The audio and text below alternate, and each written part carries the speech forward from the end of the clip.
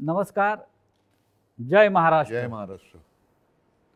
समोरून ज्या जोरदारपणे जय महाराष्ट्राची गर्जना झालेली आहे त्याच्यामुळे महाराष्ट्रातल्या आणि देशातल्या तमाम मराठी जनांना, हिंदू जनांना लक्षात आलं असेल माझ्यासमोर कोण बसलाय.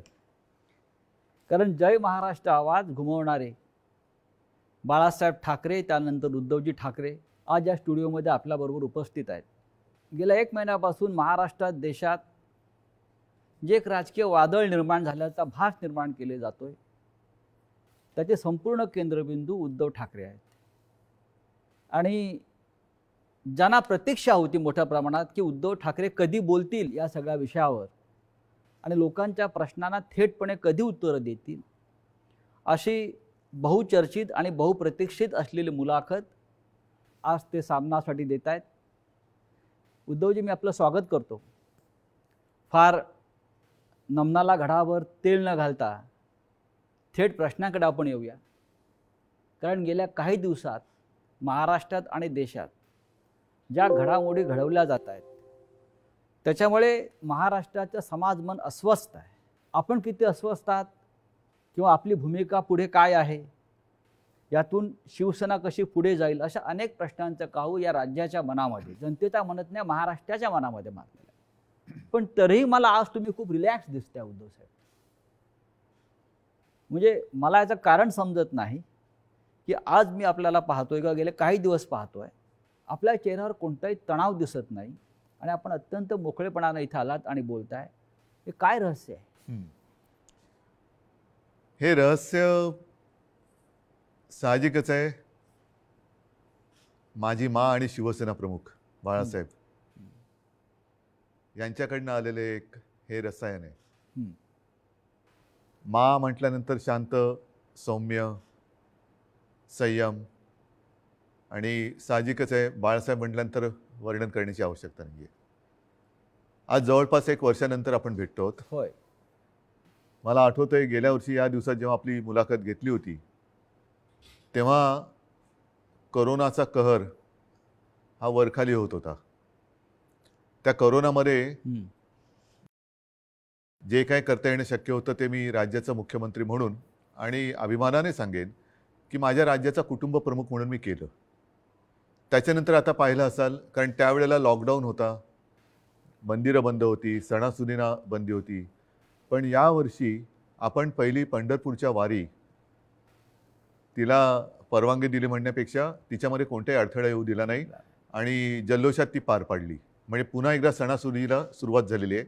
आता दहीहंडी येईल, गणपती येतील, नवरात्री येईल, दिवाळी येईल.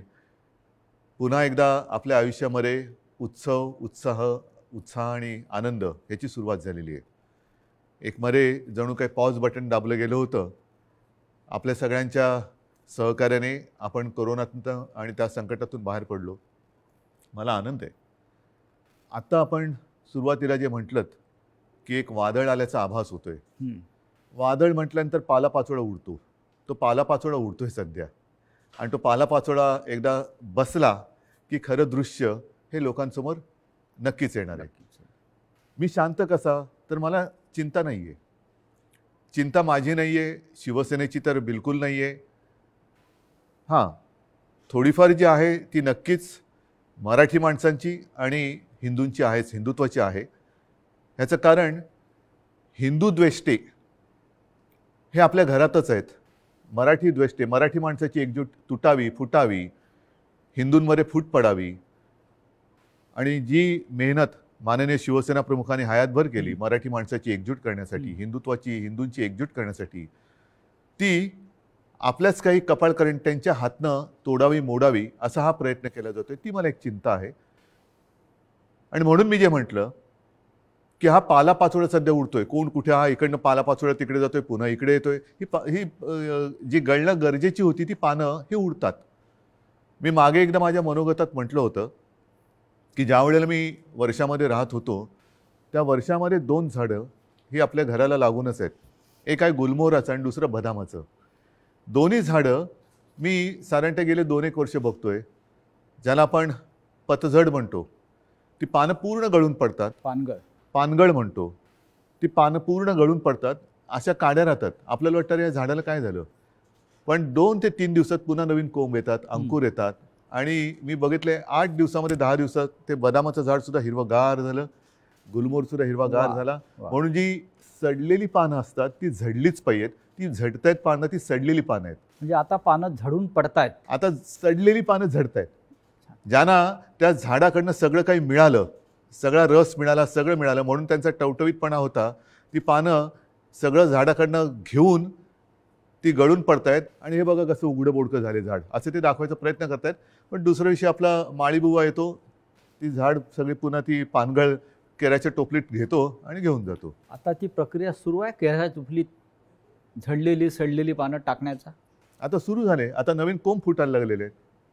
आणि शिवसेना आणि तरुण युवा हे नातं हे शिवसेनेच्या जन्मापासूनचं आहे. नक्कीच, कारण वयाच्या 80 हां, मात्र एक आहे, अजूनही काही ज्येष्ठ शिवसैनिक ते येऊन येऊन भेटत आहेत, ज्यांनी बाळासाहेबांसोबत काम केलेलं आहे, पहिल्या पिढीचे ज्यांना म्हणू, आणि तो संघर्ष त्यांनी पाहिलेला आहे, संघर्ष केलेला आहे.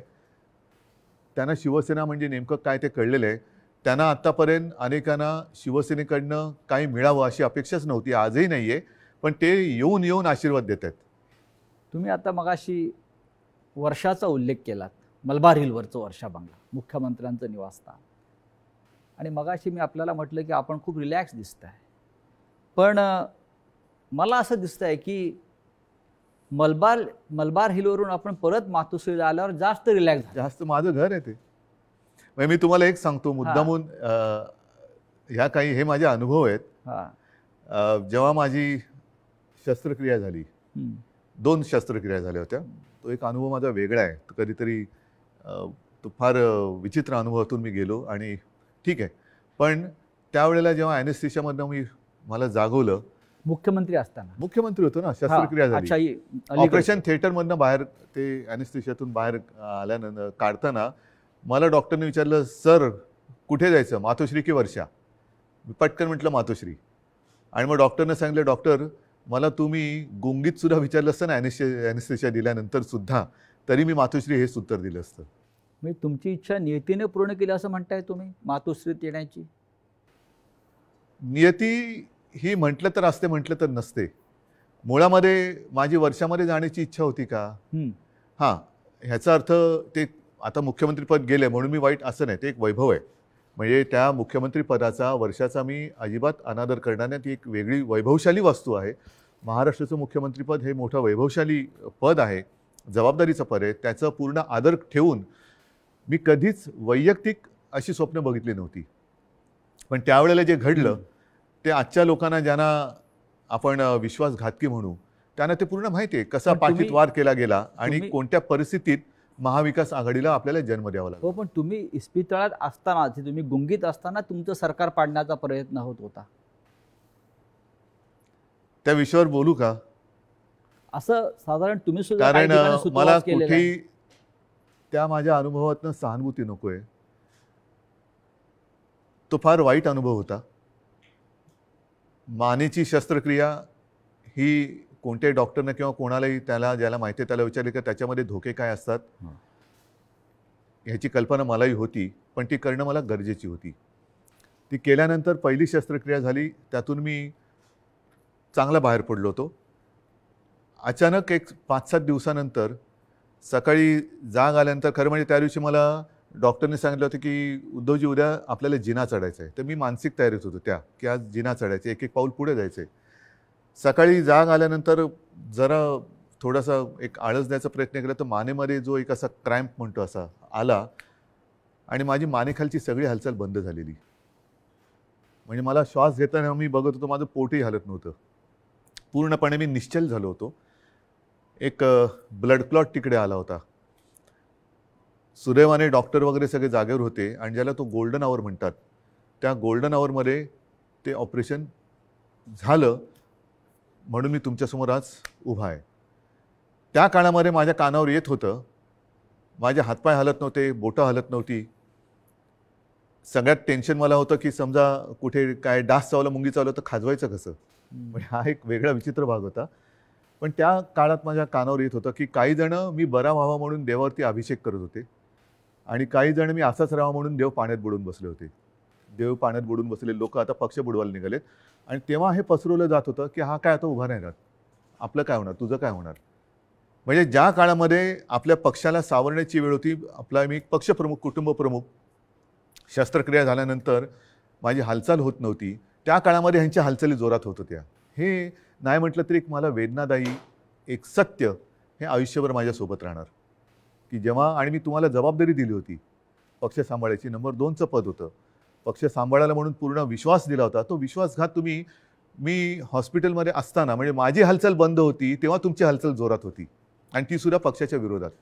शिवसेनेच्या विरोधात किंवा शिवसेनेच्या बाबतीमध्ये हे विश्वासघाताचं राजकारण वारंवार का होतं? ह्याचं कारण शेवटी आम्ही पक्ष हा प्रोफेशनली नाही चालवत असं मी म्हणेन.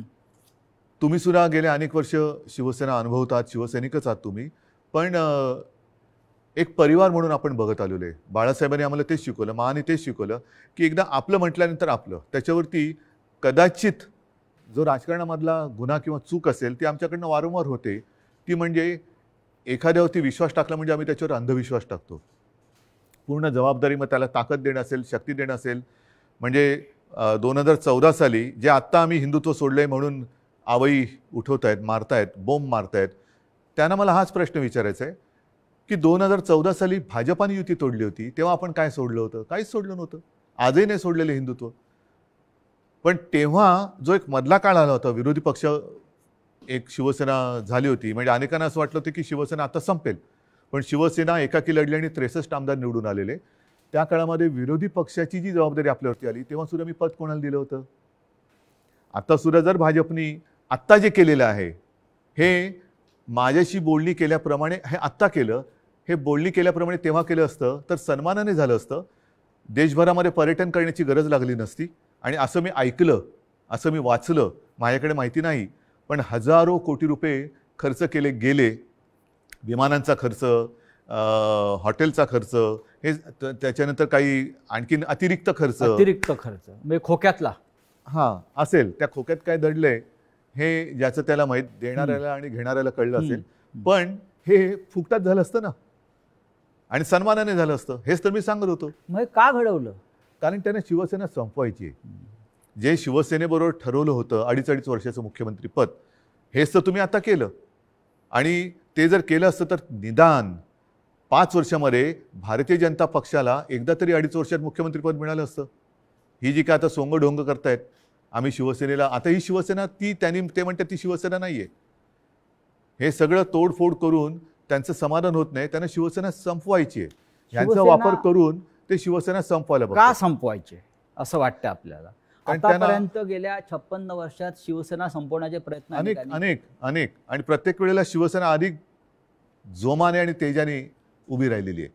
आता सुद्धा त्यांना हिंदुत्वामध्ये भागीदार नको असेल, पण माझं नेहमी असंच म्हणणं आहे की शिवसेना प्रमुखांनी हिंदुत्वासाठी राजकारण केलं, कारण हिंदुत्व मजबूत व्हायला. हे जे करतायत ते राजकारणासाठी हिंदुत्व वापरतायत. हा आमच्या आणि त्यांच्या हिंदुत्वातला फरक, जे विचारतात ना तुमचं आणि भाजपचं हिंदुत्वामध्ये फरक काय, तो हा आहे. शिवसेनेचं राजकारण हे आम्ही हिंदुत्व मजबूत होण्यासाठी केलं, पण यांचं राजकारण मजबूत होण्यासाठी आणि हिंदुत्वाचा आश्रय घेतला. मुख्यमंत्रीपद स्वीकारल्यामुळे महाविकास आघाडी हिंदुत्व संकटात आलं, हिंदुत्व म्हणजे काय झालं अशी जे एक आवई उठवली जाते. हो, म्हणजे काय, मला एक प्रसंग असा सांगा किंवा एक माझ्या हातनं घडलेली गोष्ट किंवा निर्णय माझा मुख्यमंत्री पदावरती असतानाचा दाखवा की ज्याच्यामुळे हिंदुत्व धोक्यात आलं. एक निर्णय दाखवा. तर तुम्ही तेव्हा अयोध्येला आत्ता सुद्धा गेला होतात. अयोध्येमध्ये महाराष्ट्र भवन आपण उभं करतो, बरोबर आहे. हे हिंदुत्वाला सोडून आहे की नाही? तुम्ही ठरवा. अयोध्येत महाराष्ट्र भवन, बरोबर आहे. मुख्यमंत्री होण्याच्या आधी सुद्धा मी अयोध्येत गेलो होतो. प्रत्येक वेळेला आपण होतात. मुख्यमंत्री झाल्यावरती सुद्धा अयोध्येत गेलो होतो. कोण काय म्हणेल मी परवा नाही केली. मी गेलो आणि रामलल्लाचं दर्शन घेऊन तेव्हाही आलो होतो. 2दा मी स्वतः अयोध्येत गेलो होतो. आता नव्या मुंबईमध्ये आपण तिरुपतीचं मंदिर त्याला जागा दिली. प्राचीन जी मंदिरं आहेत त्यांचं संवर्धन करणं, जतन करणं हे आपण सुरू केलं. गडकिल्ल्यांचं आपण सुरू केलं. हे कुठे, ह्याच्यात हिंदुत्व कुठे गेलं? हिंदुत्व तर असं कोणताही निर्णय नाही आहे की ज्याच्यामध्ये आपण हिंदुत्वापासून दूर गेलेलो आहे. अशा अनेक गोष्टी सांगतायत. तुम्ही आज ज्या संघर्षमय कालखंडातून जात आहात याची कधी अपेक्षा केली होती? बघा, शेवटी शिवसेना आणि संघर्ष हे तर एकमेकाच्या पाचवीला पुजलेले आहेत. आणि मागे कोणीतरी असं म्हणालं होतं, ते मला वारंवार त्याचा अनुभव येतोय, की शिवसेना ही एक तळपती तलवार आहे. ती जर मॅनेमध्ये ठेवली तर ती गंजते. त्याच्यामुळे ती तळपलीच पाहिजे. आणि तलवार तळपणं म्हणजे संघर्ष आलाच. अर्थात याचा अर्थ अर्थार्थी कोणी घेऊ नये की तलवारीने वार कराबिरा, असं नाही माझं म्हणणं. ही एक उपमा आहे. आणि त्याच्यामुळे संघर्षासाठीच तर शिवसेना जन्माला आली.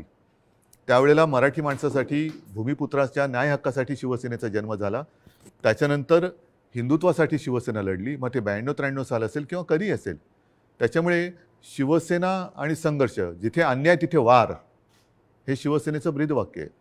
ज्या ठाण्यानं शिवसेनेला पहिली ताकद दिली, म्हणजे शिवसेना प्रमुख बाळासाहेब ठाकरे आणि ठाण्यांचं एक भावनिक नातं होतं. एक पहिला भगवा झेंडा जो आहे हा ठाण्यात फडकला आणि बाळासाहेब अभिमानानं त्यांच्या संपूर्ण कालखंडात जीवनात सांगत राहिले की ठाण्यानं मला पहिली सत्ता दिली.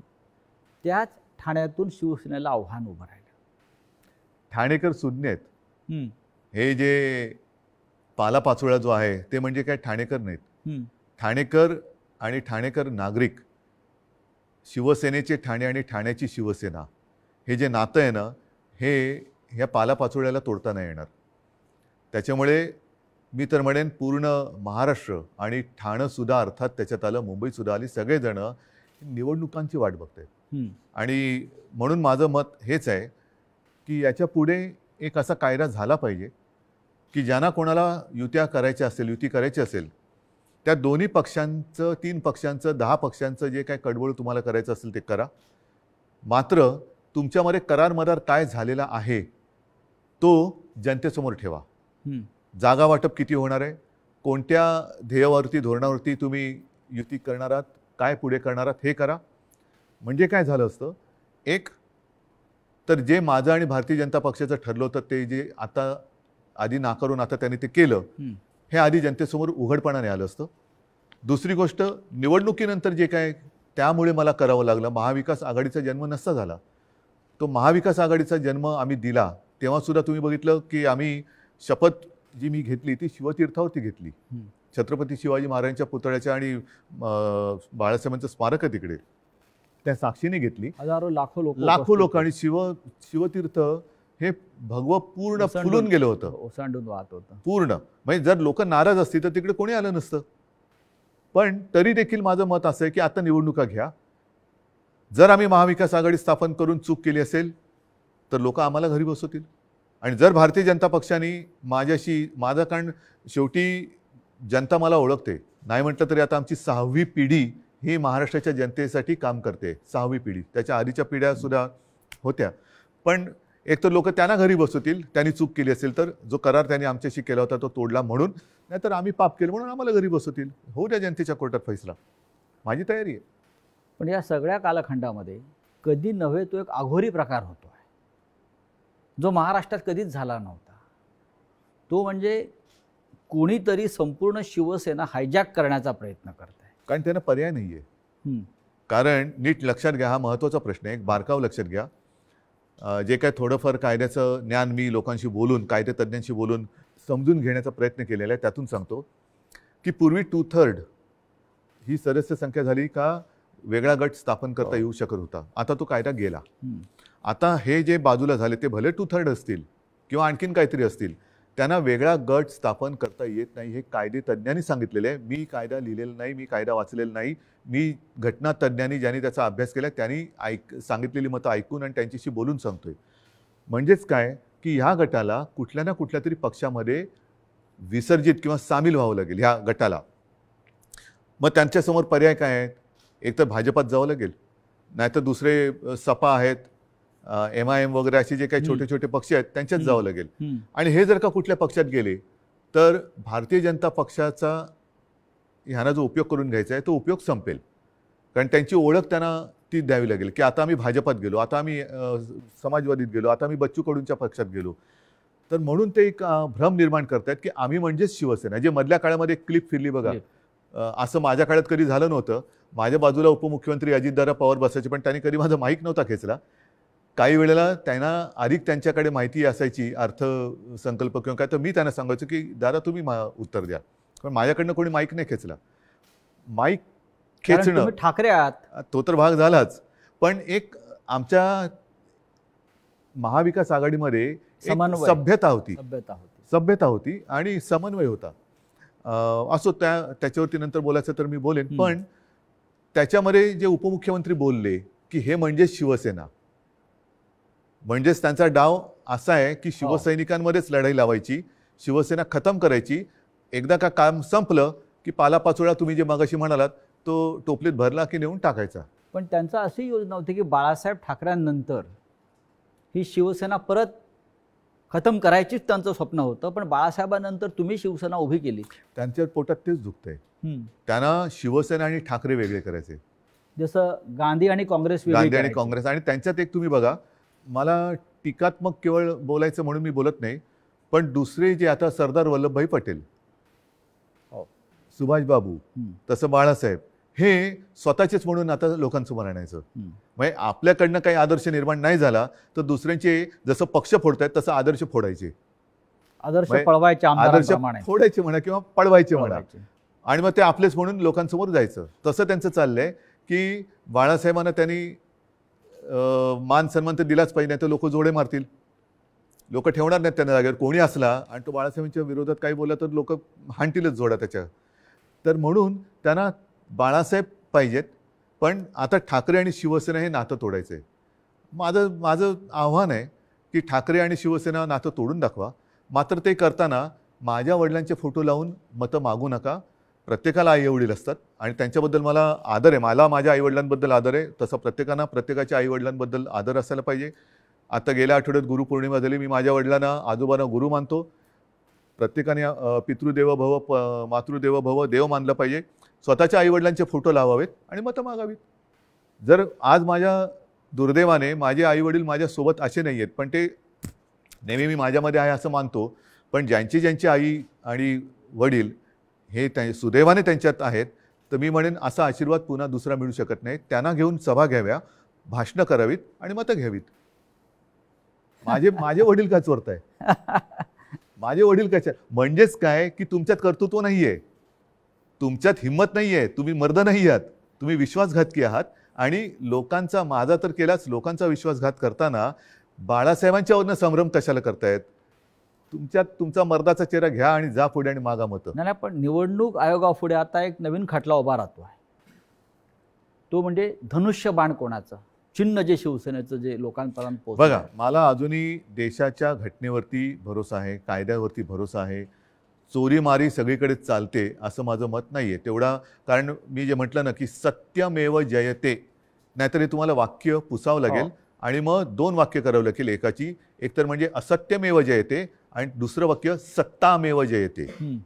त्याच्यामुळे सत्तामेव जयते पुढे तुम्ही असत्य घेऊन जर का करणार असाल तर ते काही लोक खपून नाही घेणार. आज वेळ अशी आणलेली आहे, हे दुर्दैव आहे महाराष्ट्राचं म्हणतो, की ठाकरेंना पुरावे द्यावे लागतात शिवसेना खरी किंवा खोटी. नाही, लोक वाट बघतायत निवडणुकांची. म्हणजे आम्हाला पुरावा द्यायची गरज नाही. लोक म्हणतात की आम्हाला निवडणुका येऊ दे, ध्यानच पुरून टाकतो. बरं, जनताच पुरावा देईल, जनताच त्यांना पुरून टाकेल राजकारणामध्ये.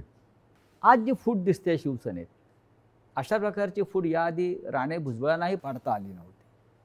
असं का घडलं? ज्यांना मी अधिकार दिले होते, ज्यांना मी म्हणजे त्यावेळेला लोक माझ्या तोंडावर नव्हती बोलत, पण मला कुजबूज आहे की अरे काय मुख्यमंत्री, नगरविकास खातं मुख्यमंत्र्याकडे असायला पाहिजे, मलईदार खातं म्हणतात. मला मलाई बिलई खाण्यासाठी मी गेलो नव्हतो. मी माझ्याकडे जी खाती ठेवली होती ती एक GAD, ज्याला सामान्य प्रशासन म्हणतात, न्याय व विधी.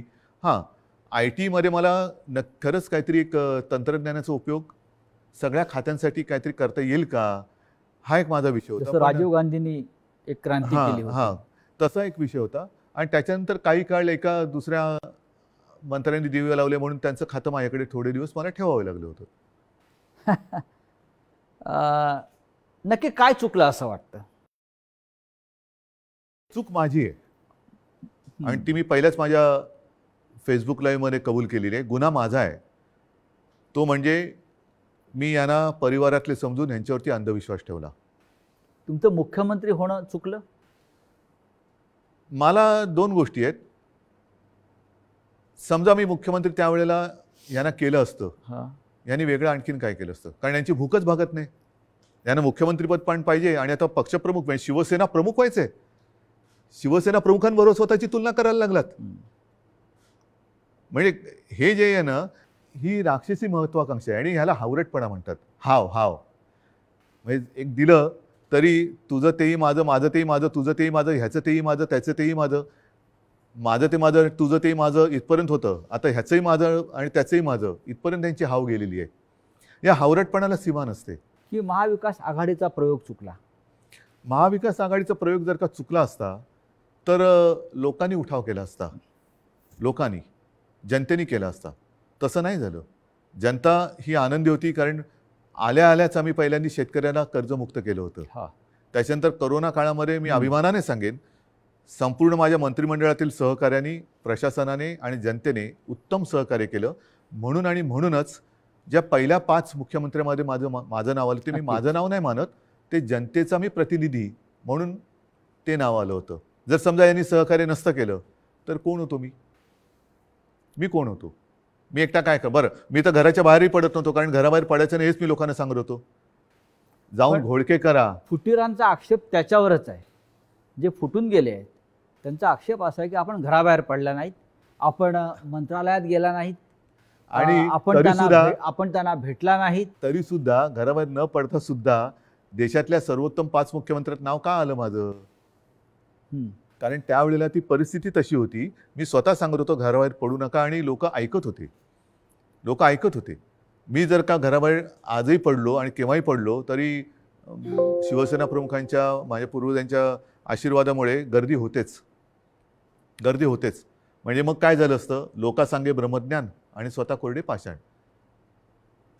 म्हणजे ती काळाची गरज होती. काळाची गरज होती. पण त्याच काळात मी पुन्हा एकदा सांगतो, सुरुवातीच्या काळामध्ये जेव्हा करोना आपल्याकडे त्याचा शिरकाव झाला हे कळलं तेव्हा साधारणतः 7,500 ते 8,000 रुग्णशय्या आपल्या राज्यात पूर्ण मिळून होत्या. त्याच्यात ऑक्सिजन बेड्स आले, व्हेंटिलेटर्स आले, कॉमन जे रुग्ण असतात ज्यांना साधारणतः एक थोडी ट्रीटमेंट देऊन घरी जाऊ शकतात, ऑपरेशन नंतरचे असतील, त्याच्यानंतर डायलिसिस असतील. पहिल्या लाटेत आपण ते साधारणतः 8,000 जर का धरले तर ते 3.5 लाखावरती नेले होते. हे घर बसल्या. हॉस्पिटलमध्ये बेड्स नव्हते, रुग्णवाहिका नव्हत्या. कोणी कशा केल्या त्या? कोरोनाच्या टेस्टसाठी आपल्या राज्यात फक्त 2 प्रयोगशाळा होत्या. एक कस्तुरबामध्ये, दुसरे NIV एक पुणे. त्या आपण 600च्या वर केल्या घरी बसून. पण त्याच्याविषयी 50 आमदारांना कौतुक नाही आहे. त्यांना तुम्ही निधी दिलेला नाही म्हणतायत आणि तुम्ही हिंदुत्व सोडलं असं म्हणतायत. त्याच्यामुळे ते सोडून गेले. तुम्ही महाराष्ट्रासाठी जे काय केलेलं आहे, करोनाच्या संकटातून राज्याला वाचवलेलं आहे, लोकांना जीवदान दिलेलं आहे. महाराष्ट्रामध्ये नद्यातून प्रेत वाहून तुम्ही दिली नाहीत. त्याचं त्यांना शल्य असेल की असं नाही झालं, हे चुकीचं झालं असं त्यांच्या मते असेल. आणि महाराष्ट्राच्या जनतेला हा मुख्यमंत्री आपल्या कुटुंबातल्या घटक वाटत होता, आपला परिवारातला भाऊ, मुलगा. त्याच्यामुळे मला ह्या विश्वासघातकांना माझ्याबद्दल काय वाटतं ह्याची चिंता नाही आहे. मला माझ्या महाराष्ट्रातल्या जनतेला मी त्यांच्या कुटुंबातला वाटतो. ह्याच्यात असं भाग्य हे फार क्वचित कोणाच्या नशिबी येतं. ते मला नाही वाटत त्यांच्या नशिबी आलं असेल. कारण ह्यांच्या डोक्यावरती जरी काही पदं आता मिळाली, कारण अजूनही हम तुम एक कमरे में बंदो असं यांचं मंत्रिमंडळ आहे, त्याच्यामुळे त्याचा विस्तार कधी होणार आहे माहिती नाही. पण हे मंत्री जरी किती झाले तरी कपाळावरती जो घाताचा शिक्का बसलाय तो नाही पुसता येणार. तुम्हाला असं वाटत नाही का की जे तुम्हाला सोडून गेलेले आहेत मोठ्या प्रमाणात त्यांनाच तुम्ही सर्वाधिक दिलेलं आहेच आणि ज्यांना मिळालं नाही किंवा ज्यांना कमीत मिळालं ते आपल्या बरोबर राहिले? मला हेच म्हणायचं, ही शिवसेनेची ताकद आहे. शिवसेनेची ताकद काय की सामान्यांना बाळासाहेबांनी असामान्यत्व दिलं. आता पुन्हा एकदा या सामान्यातून असामान्य लोक घडवण्याची वेळ आलेली आहे. आणि म्हणून मी माझ्या तमाम शिवसैनिकांना आणि माझ्या माता भगिनींना, बांधवांना विनंती करतो की चला परत उठा. आता पुन्हा एकदा सामान्यांना असामान्य बनवूया. कारण हे साधी लोक होती. आणि ह्यांना ती चूक मी पुन्हा तेच म्हणेन की ही चूक माझी आहे की त्यांना ताकद दिली, पण त्या ताकदीने ते उलटा वार नुसता नाही केला, तर राजकारणामध्ये ज्या आईने जन्म दिला त्या आईला गिळायला निघालेली अवलाद आहे. नुसतं आईवरती वार करणारे आपण म्हणत होतो तशी नाही आहे ही. राजकारणात ज्यांनी यांना जन्म दिला त्या आईला म्हणजे शिवसेनेला गिळायला निघालेली अवलाद आहे. ज्या पण तेवढी ताकद हो. त्यांच्यामध्ये नाही आहे, कारण शेवटी आई ही आई असते. नक्कीच. तुम्ही आईचा उल्लेख केला. कालपर्यंत हे सगळे लोक या शिवसेनेला आपली आईच मानत होती. तुमच्याबरोबर वर्षावरती अनेकांना मी बसलेले बघितले शेवटच्या क्षणापर्यंत. हो, पण आत्ताच तुमचा आधीचा प्रश्न काय होता की मी यांना भेटत नव्हतो. तुम्हाला भेटून ते कधी सुरतला गेले, कोण गोव्याला गेलं, कोण गुवाहाटीला गेलं. 50 खोक्यांची इतकी ताकद असू शकते जी निष्ठा विकत घेऊ जाऊ शकते? निष्ठा नाही विकली जात. विकली जाते ती निष्ठा नसतेच. निष्ठा ही विकली जाऊ महाराष्ट्रात शकत पण नाही. महाराष्ट्रात पण झाडं आहे, डोंगर आहे, हॉटेल आहे. किती सुंदर आहे महाराष्ट्र. महाराष्ट्रात फार म्हणजे ग्रामीण भागातल्या आमदारांना महाराष्ट्राच्या निसर्गाची भुरळ पडत नाही आणि गुवाहाटीच्या निसर्गाची भुरळ हो. पडते. म्हणजे मला कळतच नाही मग तुम्ही महाराष्ट्राच्या मातीत कसे काय जन्माला आलात. ज्या महाराष्ट्राच्या मातीत जन्माला आलात त्या मातीची तुम्हाला ओढ नाही, प्रेम नाही, त्या मातीची तुम्हाला कधी वैभव दिसलं नाहीये काय. मी स्वतः कलाकार आहे. मी माझ्या त्याच्यावरनं सुद्धा त्यावेळेला चेष्टा झाली होती. पण मी गडकिल्ल्यांची फोटोग्राफी केलेली आहे, पंढरपूरच्या वारीची केलेली आहे. आणि त्यावेळेला जो मी महाराष्ट्र बघितला एवढा त्या पावसाळ्याच्या सुमारास मी सगळी फोटोग्राफी केलेली. एवढा नटलेला थटलेला आणि छान काय काय दऱ्या खोऱ्या एवढ्या फुलांनी बहरून जातात. तुम्हाला आम्ही तर शहरी बाबू, तुम्ही ग्रामीण भागातले.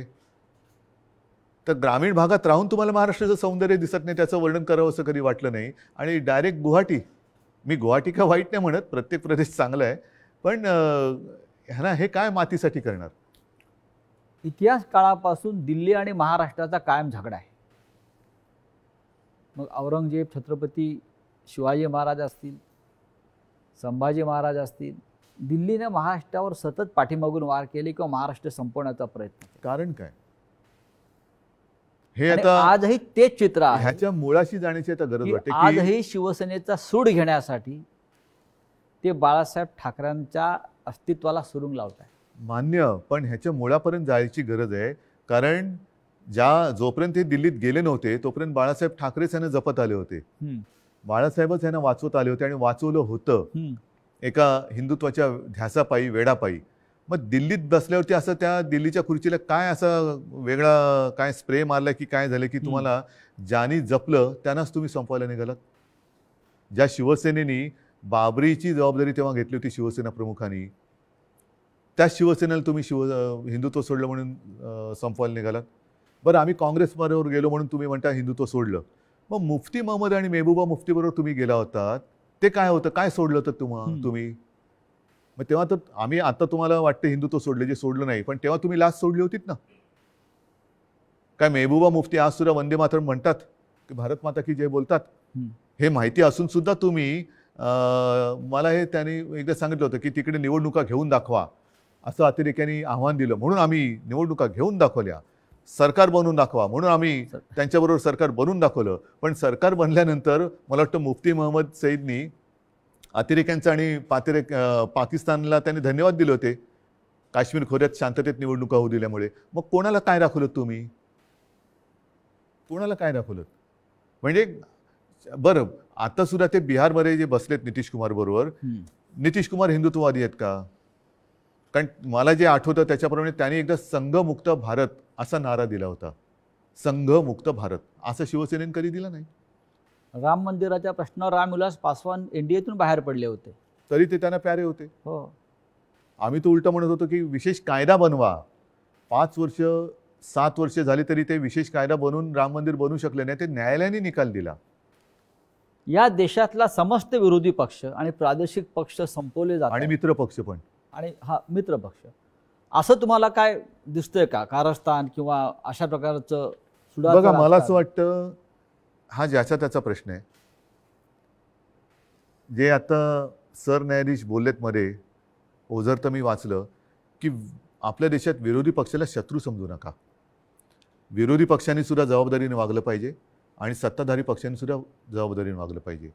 मी जो काही 2.5 वर्षात अनुभव घेतला मुख्यमंत्री म्हणून, मी विरोधी पक्षांना काही वेळेला मी स्वतः आवाहन केलं की सरकार म्हणून आमचं समजा जर काही आम्ही कुठे कमी पडत असू, आमचं काही चुकत असेल, तुम्ही आमच्या नजरेत आणून द्या. हे काम विरोधी पक्षाचं आहे, कारण ते सुद्धा शेवटी लोकप्रतिनिधी असतात. त्याच्यामुळे सशक्त लोकशाहीसाठी आणि महाराष्ट्राची विरोधी परंपरा पक्ष आहे ती. हा सुद्धा तेवढा सुसंस्कृत पाहिजे, संवेदनशील पाहिजे, आणि तेवढाच किंवा त्याच्याहून थोडा जास्त हा सत्ताधारी पक्ष संवेदनशील पाहिजे आणि सुसंस्कृत पाहिजे. आता हा संवेदनशीलता आणि सुसंस्कृतपणा ही कुठेतरी रसातळाला जायला लागले असं वाटते. कशामुळे? पिढ्या बदलत आहेत आणि सत्तेची हाव. आता काय झालेलं आहे, फास्ट फूडचा जमाना आलेला आहे. हा, तुम्ही फोन केला की 10 मिनिटात, 15 मिनिटात, 20 मिनिटात पार्सल आलंच पाहिजे. तसं मी पक्षात गेलो की मला थोडे दिवसात काहीतरी मिळालंच पाहिजे, नाही गेलं तर माझ्याकडे दुसरा आहे. या देशामध्ये विरोधी पक्षच राहू नये. मग राज्यामधले शिवसेनेसारखे प्रादेशिक पक्ष असतील किंवा राष्ट्रीय पातळीवरचे काँग्रेससारखे पक्ष असतील, आणि त्यांना संपवण्यासाठी साम दाम दंडभेद ह्यातनं काय साधलं जाणार? म्हणजे केंद्रीय तपास यंत्रणांचा ईडी नाही. असेल, सीबीआय असेल, ह्यातनं साधणार काय? यांचा जो गैरवापर सुरू आहे. शेवटी जनता ही सार्वभौम आहे, आणि तुम्ही बघितलं असाल की जनतेच्या मनाविरुद्ध एखादा निर्णय गेला तर जनता थांबत नाही, ती रस्त्यावरती उतरते. आपण जो संवाद जनतेशी साधत आहोत, मला असं वाटतं जनतेच्या सगळ्या प्रश्नांना आपण भरभरून उत्तरं देताय, मनापासून बोलताय. हा संवाद आपण असाच कायम ठेवू.